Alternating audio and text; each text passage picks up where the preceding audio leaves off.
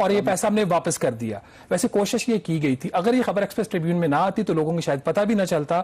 30 جولائی 2020 کے جو اعداد و شمار فورن ایکسچینج ریزروز کے اسٹیٹ بینک آف پاکستان نے جاری کیے ہیں وہ 12.5 ارب ڈالر کے ہیں. اس میں کوئی کہیں فرق نظر نہیں آیا, اور مقصد اس کا یہی تھا کہ اس طریقے سے پیسہ آئے اور واپس جائے کہ لوگوں کو پتہ نہ چلے. تو اگر میں اس بات سے اسیوم کروں, اس کا مطلب ہے کہ پاکستان کی خواہش نہیں تھی, پاکستان کو پیسوں کی ابھی بھی ضرورت تھی, پاکستان پیسے واپس نہیں کرنا چاہتا تھا, شاید کچھ ایسے حالات ہوئے کہ ہمیں 1 ارب ڈالر واپس کرنا پڑا, اور اس کے بدلے پھر خاموشی کے ساتھ ہم نے چین سے درخواست کی کہ آپ وہ 1 ارب ڈالر ہمیں دے دیں. تو اس کا مطلب یہ ہے کہ ہمیں شاید کہا گیا ہے کہ یہ پیسہ واپس کریں, خود سے تو شاید نہیں کیا. اس کے اوپر کامران دونوں طرف سے 2 ڈیفرنٹ ویوز ہیں.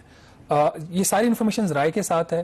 آفیشیلی ہم نے اسٹیٹ بینک آف پاکستان کے ساتھ بھی رابطہ کیا, ہم نے وزارت خزانہ کو بھی سوالات بھیجے, دونوں طرف سے بالکل خاموشی. بلکہ جو سب سے جو مایوس کن رویہ تھا وہ اسٹیٹ بینک آف پاکستان کا تھا کہ میں نے ان کو پچھلے 48 گھنٹے میں متواتر ان کو فون کالز کی, ان کو ٹیکسٹ میسیجز کیے, ان کے ترجمان کی طرف سے گوارا نہیں کیا گیا کہ اس بات کا جواب دیا جائے.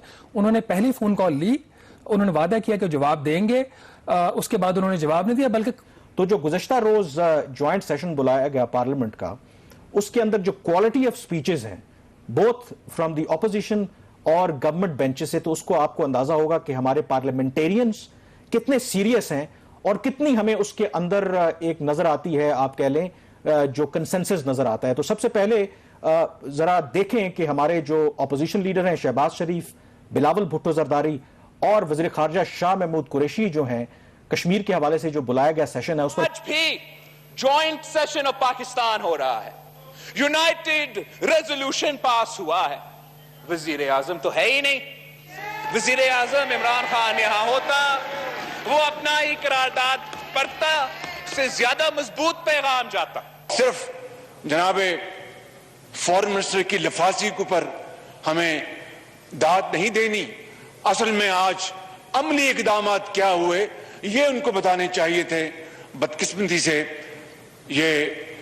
ان کی یہ قرارداد مکمل طور پر اس سے آ رہی ہے کہ نریندر مودی سن لو, ہم تمہیں پاکستان میں بلا ویزا آنے کی اجازت نہیں دیں گے.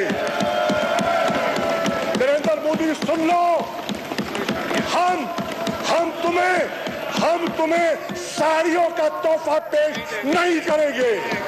نریندر مودی سن لو کہ عمران خان ہندوستان کے ساتھ کوئی کاروبار نہیں کرے. ہمارے جو سیاستدان ہیں, اور عام سیاستدان بھی نہیں, ایک لیڈر آف دی اپوزیشن ہے, ایک بڑی جماعت کے چیئرمین ہیں, اور دوسرے ہمارے وزیر خارجہ ہیں, اور کشمیر کے اس اہم سیشن پر بھی وہ پولیٹیکل پوائنٹ سکورنگ کر رہے ہیں. تو شہباز, یہ جو ہم اپنے آپ کو تسلیاں دیتے رہتے ہیں, میں اس لیے کہہ رہا تھا نا کہ ہم جذباتی اور اس طرح کی باتیں کرتے ہیں, مطلب مجھے ٹو بی ویری آنیسٹ, یہ جو جوائنٹ سیشن ہوا ہے, آپ نے ریزولوشن بھی پاس کی, آپ نے پھر سری نگر ہائی وے بھی بنا دی, آپ نے ایک پولیٹیکل میپ بھی شیئر کر دیا.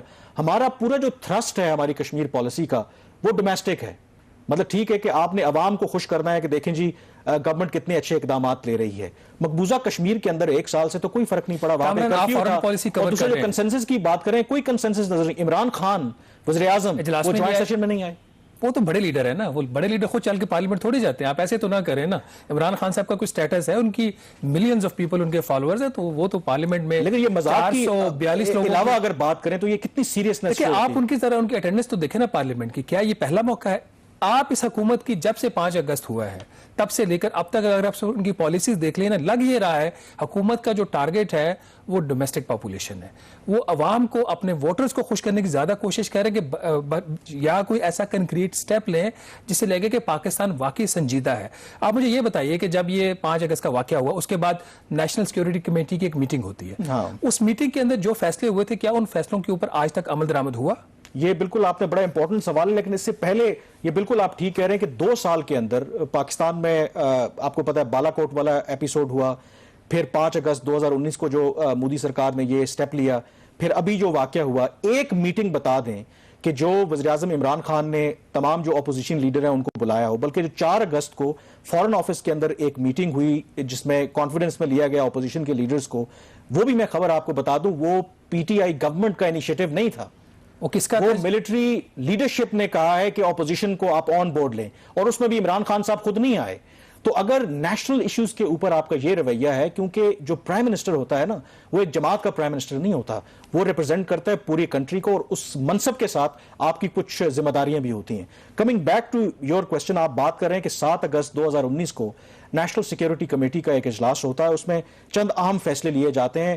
5 اگست 2019 کا جو بھارت کا فیصلہ تھا، اب یہ جو سٹیٹمنٹ ہے وہ آپ ناظرین اسکرین پر دیکھ بھی سکتے ہیں.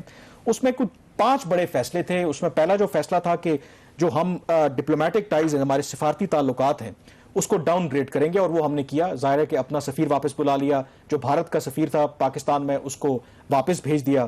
دوسرا تھا کہ ہم نے جو ٹریڈ ہے بھارت کے ساتھ اس کو ختم کرنا ہے، سسپینڈ کرنا ہے، وہ ہم نے کر دی. تیسرا اس کے اندر تھا کہ ریویو کریں گے ہم بائیلیٹرل ارینجمنٹس جو بھارت کے ساتھ ہیں. اب یہ وہ نقطہ ہے جس پر میں نے کوشش کی جاننے کی کہ اس پہ کیا پروگریس ہوئی ہے. جو دفتر خارجہ کے ذرائع بتاتے ہیں کہ اس کے بعد ظاہر ہے کہ دفتر خارجہ کے حکام نے جو متعلقہ ادارے ہیں ان کو خطوط لکھے کہ کون کون سے ایسے ہمارے دو طرفہ معاہدے ہیں بھارت کے ساتھ. تو لگ بھگ کچھ درجنوں کے حساب سے پاکستان اور بھارت کے درمیان بائیلیٹرل اس وقت اگریمنٹ ہیں، اور وہ ساری ڈیٹیل فارن آفس نے اکٹھی کر لی. اس کے بعد فردر جو ایکشن ہونا تھا، فردر میٹنگز ہونی تھی، کوئی میٹنگ اس کے اوپر نہیں ہوئی، کوئی ہم نے ریویو نہیں کیا. اور یہ بڑی عجیب بات ہے کیونکہ سب سے جو بڑا معاہدہ 1974 کا شملہ اگریمنٹ تھا، جس کا بھارت آج بھی سہارا لیتا ہے، پوری دنیا کو بتاتا ہے کہ اس شملہ معاہدے کی وجہ سے کشمیر کا مسئلہ اب UN میں نہیں رہا بلکہ یہ دو طرفہ مسئلہ ہے. لیکن اس شملہ اگریمنٹ میں بڑا واضح طور پر یہ درج ہے کہ دونوں ملک جو ہیں وہ کشمیر کے سٹیٹس کو چینج نہیں کریں گے جب تک اس کا فائنل سیٹلمنٹ نہیں ہو جاتا. لیکن 5 اگست 2019 مودی سرکار کا جو اقدام ہے، وہ یونیلیٹرل جو ایکشن لیا ہے، اس کے بعد یہ شملہ اگریمنٹ ختم ہو جاتا ہے.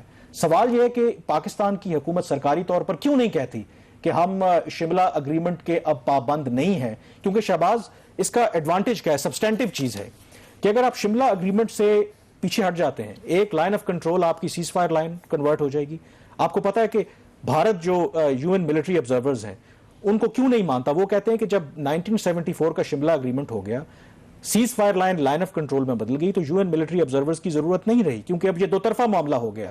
لیکن اگر آپ اس شملہ اگریمنٹ سے پیچھے ہٹ جائیں گے تو وہ سیز فائر لائن، وہ 1974 والی پوزیشن واپس آ جائے گی، اور پھر بھارت کے پاس وہ جواز نہیں رہے گا کہ وہ یہ کہیں کہ یہ بائیلیٹرل ڈسپیوٹ ہے. اب سوال اس کے اندر سب سے بڑا یہی ہے کہ یہ وہ سبسٹینٹیو سٹیپس ہیں جو گورنمنٹ لینے سے کیوں کترا رہی ہے.